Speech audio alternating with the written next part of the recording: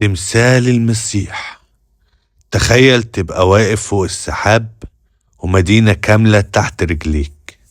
مش أي مكان يخليك تسكت من الانبهار، لكن هنا الكلام بيقف لوحده.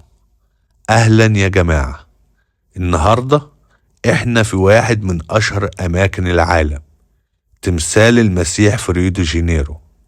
ولو جيت البرازيل ما طلعتش هنا يبقى فاتك أهم مشهد في الرحلة.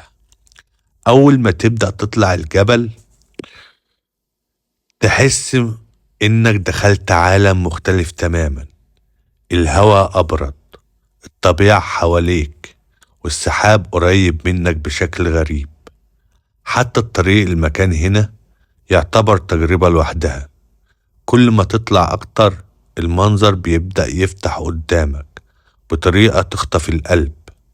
بحر، جبال، وشوارع ريو تحتك كأنها لوحة مرسومة. في اللحظة دي تفهم ليه ملايين الناس تحلم تزور المكان ده. لكن انت تعرف ان بناء التمثال نفسه كان له قصة كبيرة جدا. الفكرة بدأت من أكتر من 100 سنة تقريبا، وكان الهدف وقتها ان يكون في رمز كبير يطل على المدينة كلها، رمز يشوفه أي شخص يدخل ريو ويحس بعظمة المكان. واختاروا الجبل دي تحديدا بسبب المنظر الخرافي اللي تشوفه من فوق. لكن وقتها ما كانش فيه التكنولوجيا الموجودة دلوقتي. تخيل ان العمال كانوا بيطلعوا الجبل يوميا وسط ظروف صعبة جدا.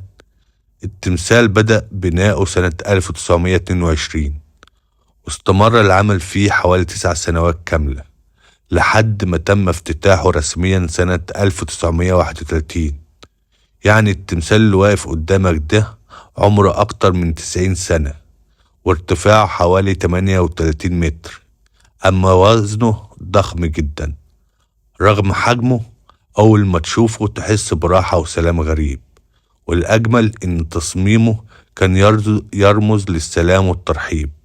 وعشان كده ناس كتير أول ما توصل هنا تقف وقفة تأمل بدون كلام، كأن المكان بيقولك أهلا بيك. والغريب إن الصور مهما كانت جميلة الحقيقة هنا أقوى بكتير. وانت واقف فوق الجبل الهوا يضرب وشك بهدوء، والسحاب قريب منك، والمدينة كلها تحتك. لحظة تخليك تنسى زحمة الحياة كلها. في وقت الغروب السماء تتحول لألوان خرافية، والمدينة كلها تبقى كأنها مشهد من فيلم. لحظة صعب تنساها أبدا. أما بالليل فهنا تبدأ حكاية تانية تماما. أضواء المدينة تحتك والتمثال منور وسط الجبال بشكل يخطف القلب. وهنا فعلا تحس إن الدنيا أهدى. وأنا شخصيا بعد ما سافرت أكتر من 35 دولة أقدر أقولك إن المكان ده له إحساس مختلف. يمكن عشان أنا برازيلي بعيون مصرية وفاهم إن الإنسان أحيانا بيحتاج يهرب من الضغوط ويعيش لحظة راحة حقيقية.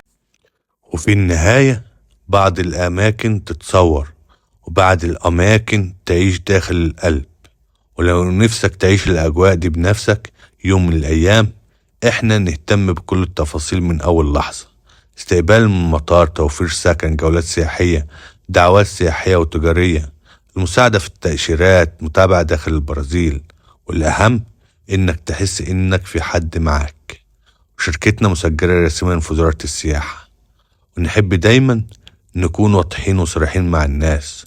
وقرار التأشيرة في النهاية بيكون بإيد السفارة. أما دورنا فهو مساعدتك وتجهيز كل أمورك بأفضل شكل ممكن. عالم السفر، ثقة، أمان، شفافية. بنعمل دعوات سياحية وتجارية ودعوات عمل. بنقدم ملفك. كمان بنحجز لك فنادق مؤكدة وطيران مؤكد. وبنزود فرصة قبولك قدام السفارة. شركتنا موثقة هنا في البرازيل. عالم السفر، ثقة، أمان، شفافية. كمان بنقدم جولات سياحية ورحلات اليوم الواحد في أجمل مدن البرازيل. حسب ميزانيتك بتختار الخدمة. احنا عندنا باقات كتير للتأشيرات، وعندنا باقات كتير للاستقبال، وعندنا خدمات الولادة، خدمات لوجستية متكاملة سواء في مستشفيات حكومية مجانية أو مستشفيات خاصة بتبدأ من 3000 ل6000 دولار. عالم السفر، ثقة، أمان، شفافية. شركة موثقة في وزارة السياحة البرازيلية. عالم السفر، ثقة، أمان. تواصلوا معنا على الواتساب 055 11 99 15 301. عالم السفر معك، بنخدمك من البرازيل لأي مكان في العالم. تواصل معنا دلوقتي وابدأ رحلتك معنا.